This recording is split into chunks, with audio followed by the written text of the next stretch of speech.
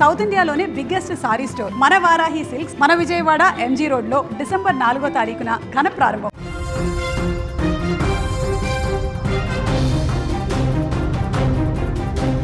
కంటికి రెప్పలా కాపాడవలసిన మావయ్యే కాల యముడిగా మారాడు. నవ్వుతూ మావయ్య చెయ్యి పట్టుకొని వెళ్తున్న ఆ చిన్నారికి తెలియదు అది మృత్యువుతో చేస్తున్న ప్రయాణమని. చాక్లెట్ కొనిస్తాడని సంబరపడ్డాదే తప్ప ఆ మావయ్యే తన ప్రాణం తీస్తాడని కలలో కూడా ఊహించలేదు. పెద్దల గొడవలలో పసి ప్రాణం గాల్లో కలిసిపోయింది. డబ్బు కోసం కసాయిగా మారిన ఓ మేనమామ ఘాతుకం కన్నీళ్లు పెట్టిస్తోంది. అసలు ఆ చిన్నారి చేసిన తప్పేంటి? ఆ ఒక్క ప్రశ్నే ఇప్పుడు అందరినీ కలిచివేస్తోంది.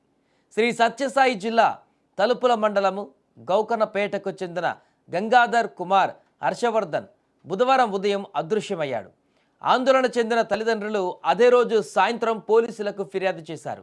కేసు నమోదు చేసుకున్న పోలీసులు దర్యాప్తు చేపట్టగా గురువారం ఉదయం గ్రామ సమీపంలో బాలుడి మృతదేహాన్ని గుర్తించారు. బాలుడిని మేనత్త భర్త ప్రసాద్ హత్య చేసినట్లుగా డిఎస్పి శివనారాయణ స్వామి నిర్ధారించారు. ఇక నిందితుడు ప్రసాద్ ఆ పిల్లాడికి స్వయాన మేనత్త భర్త. పెద్దల మధ్య గొడవల ఆ పసివాడి ప్రాణాన్ని తీశాయి. నిందితుడు ప్రసాద్ కొడుకు క్యాన్సర్తో బాధపడుతున్నాడు. చికిత్స కోసం డబ్బులు కావాలని బావుమర్ది గంగాధర్ను అడిగారు. గతంలో సాయం చేసిన గంగాధర్ ఇప్పుడు తన దగ్గర డబ్బులు లేవని చెప్పాడు.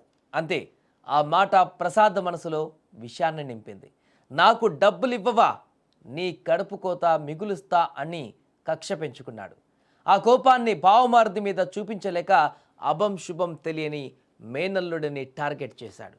బాలుడిని మాయమాటలతో నమ్మించి బైక్ మీద షికారని తీసుకువెళ్ళి నిర్మానుష్య ప్రాంతంలో గొంతు నులిమి చంపేశాడు. ఇక అల్లారు ముద్దుగా పెంచుకున్న బిడ్డ విగత జీవిగా మారడం చూసి ఆ తల్లిదండ్రుల గుండెలు పగిలిపోయాయి. పరాయి వాళ్ళు చేస్తే కోప్పడేవారేమో, కానీ సొంత మనిషే ఇలా నమ్మక ద్రోహం చేసి కడుపులో తలదాచుకున్న వాడే కాటేయడాన్ని ఆ కుటుంబం జీర్ణించుకోలేకపోతుంది. వాళ్ళు చేస్తున్న రోదనలు చూసి ఆ ఊరంతా కూడా ఇప్పుడు కన్నీరు పెడుతోంది. ఆ పసివాడికి ఆస్తి తగాదాలు తెలియవు, ఆర్థిక కష్టాలు తెలియవు. తెలిసిందల్లా నమ్మకం ఒకటే, కానీ ఆ నమ్మకమే వాడి ప్రాణం తీసింది. పెద్దల పంతాలకు కోపాలకు నిండు నూరేళ్లు బతకవలసిన ఓ బాలుడు బలైపోయాడు. ఈ ఘటన సమాజంలో మానవ సంబంధాలు ఎంతలా దిగజారిపోతున్నాయో ప్రశ్నిస్తోంది. ఇక ఈ ఘటన పట్ల అక్కడున్న స్థానికులు కూడా తీవ్ర ఆగ్రహాన్ని వ్యక్తం చేశారు. అభం శుభం తెలియని ఒక బాలుడిని చంపిన ఆ వ్యక్తిని శిక్షించాలంటూ కూడా వారు ముక్త కంఠంతో డిమాండ్ వ్యక్తం చేస్తున్నారు. ఇట్లా బడిలో నుంచి పిలిచికొచ్చి సేనకాడి పిలిచవి 2-3 సార్లు తిప్పినాడంట. మళ్ళా పోతానమ్మ చెప్పేసి పోయినాడంట సార్. అంతవరకు తెలుసు సార్ ఆయన పోయినది. మళ్ళీ నేను ఫోన్ చేస్తే ఒకసారి పులుకుంట కాడ అంటాడు, ఒకసారి తలపల్లో ఉన్నాడు అన్నాడు. నేను కదిరిలో నుంచి ఇడికి వచ్చాక ఆయన రాలేదు సార్, ఇక్కడే ఉన్నాడు. ఆయన ఎక్కడ ఉన్నాడు? ఈ ఏరియా పులకుంట కల్లే ఉన్నాడు సార్. ఆయన నేను కదిరిలో ఫోన్ చేసింటే ఈ నుంచి ఆయనకు భయం ఉంటే రావాలి కదా సార్ ఇడికి.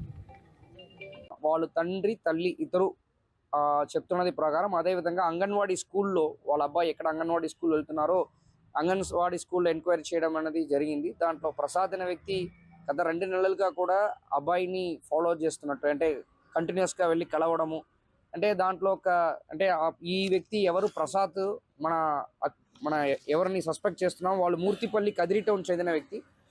వాళ్ళు రెగ్యులర్గా ఈ గరికిపల్లికి వెళ్ళడము, అక్కడే టైం స్పెండ్ చేయడం అనేది మనకు జరుగుతుంది.